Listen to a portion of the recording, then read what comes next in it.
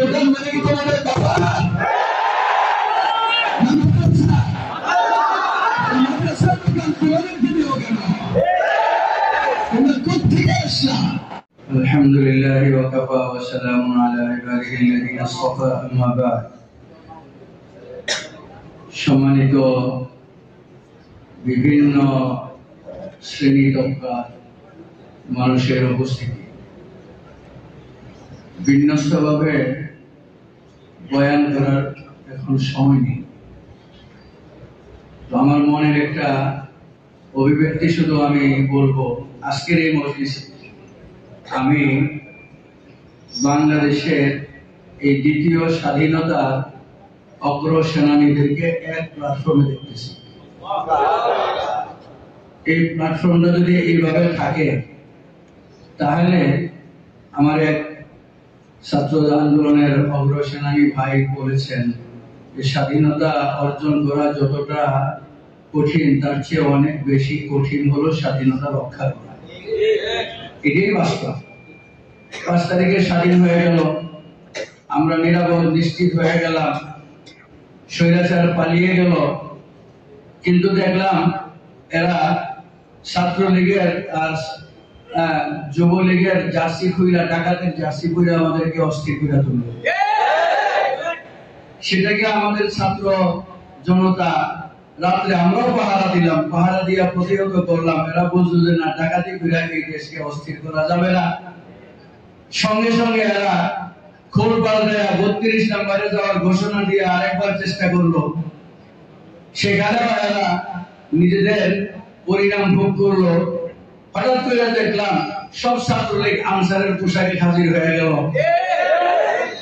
আমরা বুঝলাম যে আমরা স্বাধীনতা পেয়েছি, কিন্তু এখনো পর্যন্ত আমরা নিরাপদ হতে পারি নাই। এখানে আমাদের সমন্বয়কে এরা আইসিইউতে পাঠাইলো, সবকিছু করলো। এরপরে আরেকবার এরা, কারণ তাদের যে অগ্রপথী, তাদের যে স্বৈরাচারের যে অগ্রপথী, সেই যখন সবকিছু ছাইরা পালাইছে, এদের তো পথটাই পালাইতেই হবে। এরপরে এরা আরেকবার গিয়েছে যে রিক্সাওয়ালা হয়ে গেল। আমরা এটাও দেখলাম সব ছাত্রলীগ এখন রিক্সা চালায়, সেটাও আমরা প্রতিহত করলাম। কিন্তু এরপরে যে আন্দোলনের অগ্রসেনানীদের নামে মিথ্যা মামলা দিয়ে আবার অস্থির করবে, এটা জানা ছিল না। এটাও আমরা দেখলাম যে আন্দোলন করলাম আমরা, যাদের তত্ত্বাবধানে আন্দোলন করলাম, তাদের নামে মিথ্যা মামলা হয়, হত্যা মামলা হয়।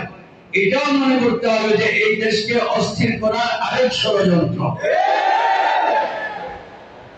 তবে ষড়যন্ত্রকারীদেরকে জানিয়ে দিতে চাই, আজকের এই মজলিস থেকে জানিয়ে দিতে চাই, আমাদের এই ছাত্র জনতার আন্দোলন দিয়ে নিরস্ত্র আন্দোলন সশস্ত্র পুলিশকে পরাজিত করেছে। আমাদের এই নিরস্ত্র আন্দোলন র্যাবকে পরাজিত করেছে। আমাদের এই নিরস্ত্র আন্দোলন স্বৈরাচারের বিজেপিকে পরাজিত করেছে। আমাদের এই আন্দোলন এগুলো শেষ হয় নাই, কাজে মামলা হামলাবাজদেরকে আমরা পরাজিত করব। আজকে শুধু এই জায়গায় আমরা থেমে গেলাম। যদি সুরাহা না হয়, তাহলে আমি বলতেছি এই বৃহত্তর উত্তরার 21টা ইউনিভার্সিটি আছে, শত শত কওমি মাদ্রাসা আছে, আমাদের অভিভাবকগণ আছে। আমরা মিনিমাম 5 থেকে 10 লক্ষ লোকের মিছিল করব। আমরা পিছনে হব না। আমাদেরকে ষড়যন্ত্র কেউ আমাদেরকে কি করতে পারবে না। এই যে খাই খাই ছেড়ে দেন, আমাদের ছাত্ররা বলেছে ছাত্ররা ঘুষ খায় না, ওলামা একদম ঘুষ খায় না। খাই খাই ছেড়ে দেন। যারা খাওয়ার জন্য আসতেছেন, 6টা দোকান দিয়ে দাও, 5টা দোকান দিয়ে দাও। তাদেরকে জিজ্ঞেস করে দোকান মানে কি তোমাদের বাবা? মাদ্রাসার দোকান তোমাদেরকে দিও কেন? তোমরা কোথেকে আসলা? আরেকটা কথা বলতে চাই, 16 বছর পর্যন্ত আমরা মিথ্যা মামলা দেখেছি, মিথ্যা মামলা আমরা নির্যাতিত হয়েছি। 2 মাস আগে আমাকে এক এসআই ফোন করেছে, হুজুর আপনার নামে মামলা আছে। আমি কই মামলা তো আমার নামে নাই। কই না, নতুন করে নাম ঢোকানো হয়েছে, অনেকটি ধারা। তাই আপনাদের দেশের পেটে খোদা গাছে আমি সময় নিতে যাচ্ছি না। 8টা ধারা করলো, নাম্বার বললো 554 অমুক তমুক তমুক 48। আমি বললাম যে এগুলি তো নাম্বার দিয়ে বুঝবো না, কি কি কর। তো এখানে চুরির মামলা আছে, ছিনতাইয়ের মামলা আছে, গাড়ি ভাঙার মামলা আছে, পুলিশের কাজে বাধা দেওয়ার মামলা আছে, এই সব মামলা আছে। তো মিথ্যা মামলায় আমরা 15 বছর পর্যন্ত নিগৃহীত বাংলাদেশের আপামর জনসাধারণ ছিল। এখন থেকে আমরা স্বাধীন করেছি মিথ্যা মামলা খাওয়ার জন্য। কার কোনো সাহস যে আমাদের নামে মিথ্যা মামলা করে এর প্রতিকার হইতে হবে। যতদিন পর্যন্ত মিথ্যা মামলা করে মিথ্যা মামলার প্রায়শ্চিত্তের সম্মুখীন করা না হবে, অতদিন পর্যন্ত আমরা মনে করবো বাংলাদেশে কোনো স্বাধীন হয় নাই।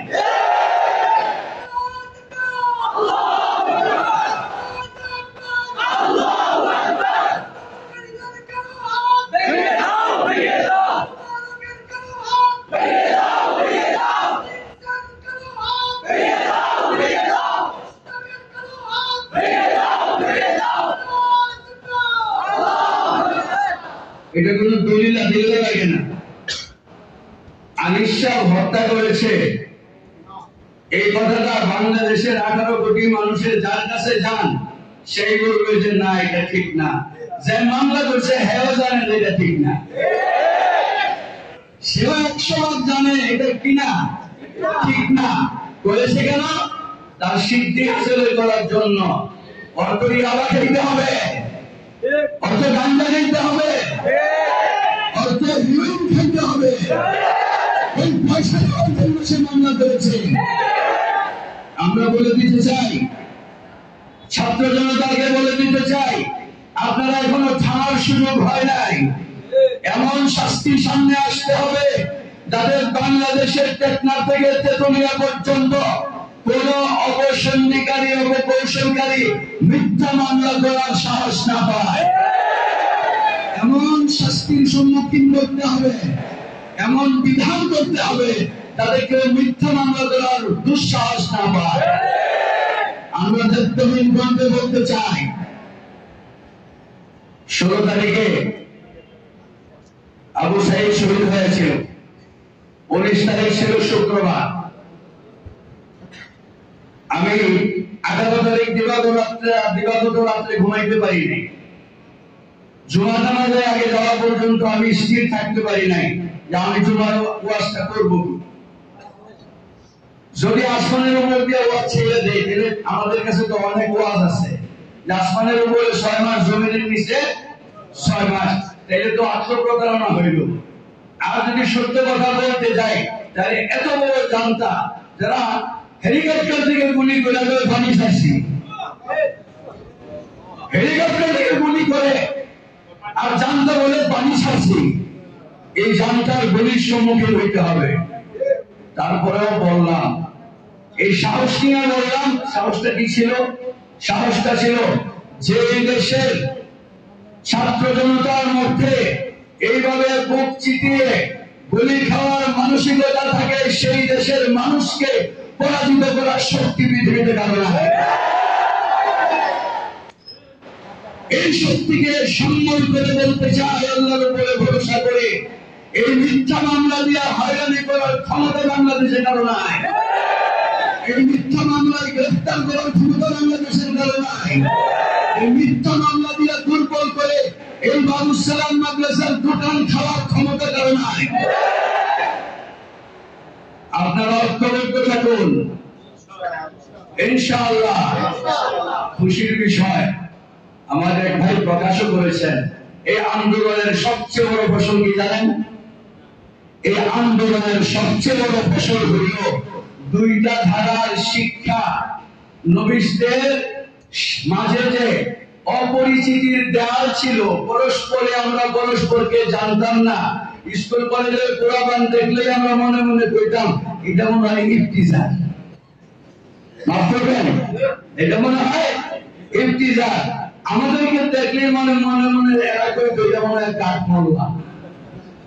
আলহামদুলিল্লাহ, আলহামদুলিল্লাহ, আলহামদুলিল্লাহ। বুকে সাহস নিয়ে বলছি, আমাদের এই অবধারণা আমরা শেষ করতে পেরেছি। এখন আমার এই ছোট ছোট ভাইয়েরা, ছেলেরা, আমার সন্তানরা আমার বুকে এসেছে। আমরা সুযোগ পেয়েছি, বাংলাদেশের 4 কোটি ছেলে মেয়ে স্কুল কলেজে পড়ে, কওমি মাদ্রাসায় পড়ে 50 লক্ষ ছেলে মেয়ে।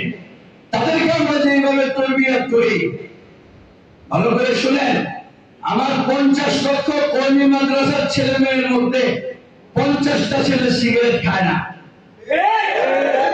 50টা ছেলে সিগারেট খায় না। আমরা তাদেরকে তরবিয়ত করি। আমাদের এই সন্তানগুলো আমাদের বুকে এসেছে।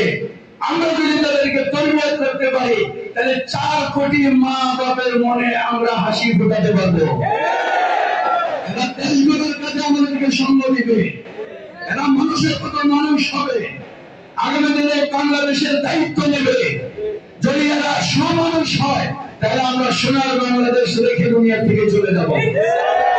আমরা আমাদের এই ছেলেদেরকে সোনার বাংলাদেশ গড়ার জন্য অগ্রগতিহীনভাবে আমরা গড়ে তুলতে চাই। আমাদের এই সন্তানদেরকে আমরা পিতৃতুল্য স্নেহ দিয়া, আমরা মায়া মমতা দিয়া মানবিক গুণে গুণান্বিত করতে চাই। কোরআন হাদিসে নবী সাল্লাল্লাহু আলাইহি ওয়াসাল্লাম যে আদর্শ দুনিয়াতে রেখে গেছেন, যে আদর্শ সমাজ সাহাবায়ে কেরামের ছিল, আমরা বাংলাদেশে অদূর ভবিষ্যতে এই ধামাল ছেলেদেরকে দিয়া আমরা সেই সোনার বাংলাদেশ করতে চাই। আমাদের মাঝে যে দেওয়াল ছিল, অপরিচিতির দেওয়ালটা উঠে গেছে। এটা হলো এই আন্দোলনের সবচেয়ে বড় ফসল। ইনশাআল্লাহ আনিসবের চিন্তা করার কোনো কারণ নাই। আমাদের ছেলেমেয়েরাও বলছে, আমরাও বলি, আপনার জন্য সাধারণ বলে আপনার কোনো চিন্তা নাই। এবং এটাও বলি, বাবুস সালাম মাদ্রাসার কোনো বিচলিত হওয়ার কোনো কারণ নাই। আমরা আছি, জনগণ আছে, দাওয়াত তাবলীগের ভাইয়েরা আছে, আওয়ামী মুসলিম জনতা আছে, আমার ছাত্র বন্ধুরা আছে, এবং আমার সাধারণ আছে। এতগুলি শক্তি একত্রিত হওয়ার পরে এই মামলা, হামলা, হুমকি, ধমকি, চাঁদাবাজি এগুলি কিছুই না, ফুলের আগে হয়ে গেছে মনে করি। ইনশাআল্লাহ আপনাদেরকে ধন্যবাদ একটু দীর্ঘ সময় কথা শোনার জন্য। আল্লাহ পাক আমাদেরকে এই ঐক্যবদ্ধ থেকে সচেতনতার সঙ্গে এবং শৃঙ্খলার সঙ্গে, আমরা শৃঙ্খলা চাই না, আন্দোলন করবো শৃঙ্খলার সঙ্গে, প্রয়োজনে আমরা প্রতিবাদ সভা করবো শৃঙ্খলার সঙ্গে, প্রয়োজনে আমরা প্রতিবাদ মিছিলে পুরো উত্তর অচল করে দেব শৃঙ্খলার সঙ্গে। বিশৃঙ্খলা চাই না, কিন্তু কোন অপশক্তি মিথ্যা মামলা দিয়া আমাদেরকে দুর্বল করে তাদের স্বার্থ হাসিল করবে, সেই আশার গৌরবে বাণী। নাসরুম মিনাল্লাহ ওয়া ফাতহুন কারীম ওয়া বাশশিরিল মুমিনিন। আসসালামু আলাইকুম ওয়া রাহমাতুল্লাহ। জি, আব্দুল আমিন জিহাদ শহীদ মুগ্ধ যারা উত্তরাধিক শাহাদাত বরণ করেছে, শতাধিক, আমরা ফ্রন্টে ছিলাম, শতাধিক শহীদ এবং সারা বাংলাদেশে যারা শহাদা, তাদের জন্য, যারা আহত তাদের সুস্থতার জন্য, এবং যারা এখন আন্দোলনে অতপ্রতভাবে জড়ায় আছে, মাঠ ছাড়েন নাই, আমি বলবো ছাড়াও যাবে না। কারণ স্বৈরাচারের প্রেতাত্মা, স্বৈরাচার গেছে, প্রেতাত্মা গুলি হয়ে গেছে। এরা সর্বশেষ নির্মূল করা, মূলোৎপাটন করার আগ পর্যন্ত আমাদেরকে সতর্ক পাহারায় থাকতে হবে। তাদেরকে আল্লাহ যাতে শক্তি দেয়, এই জন্য দেওয়া হবে। আমি একটা ঘোষণা দিচ্ছি, হলো শহীদদের স্মরণে অনেকেই অনেক কিছু করবে হয়তো। আমার মিশন হলো মাদ্রাসা কায়েম করা, মাদ্রাসা প্রতিষ্ঠা করার মাধ্যমে দেশ এবং ইসলামকে রক্ষা করা। এই জন্য আমি আজকে ঘোষণা দিচ্ছি, বাংলাদেশে এই স্বৈরাচার শাসনের বিরুদ্ধে আন্দোলন করে হেফাজতে ইসলামের সেই শাপলা চত্বরে যারা শহীদ হয়েছে, এবং এই চলমান বৈষম্যবিরোধী ছাত্র আন্দোলনে অংশগ্রহণ করে যারা শাহাদত বরণ করেছে, প্রত্যেকটা শহীদের নামে, প্রত্যেকটা শহীদের আখিরাতের জন্য, তাদের মাগফিরাতের জন্য আমি তাদের নাম সম্বলিত বাবুস সালাম নাম সম্পৃক্ত করে প্রত্যেকের নামে একটা করে মাদ্রাসা প্রতিষ্ঠা করবো ইনশাআল্লাহ। এটার জন্য আপনাদের কাছে দোয়া চাই। আল্লাহ পাক আলী সাহেবের স্বপ্নকে পূরণ করে। প্রত্যেকটা প্রতিষ্ঠানে শহীদরা অমর হয়ে থাকে। প্রতিষ্ঠানের সাইনবোর্ডে শহীদরা অমর হয়ে থাকবে ইনশাআল্লাহ। আমরা আপনাকে সর্বাত্মক সহযোগিতা করব।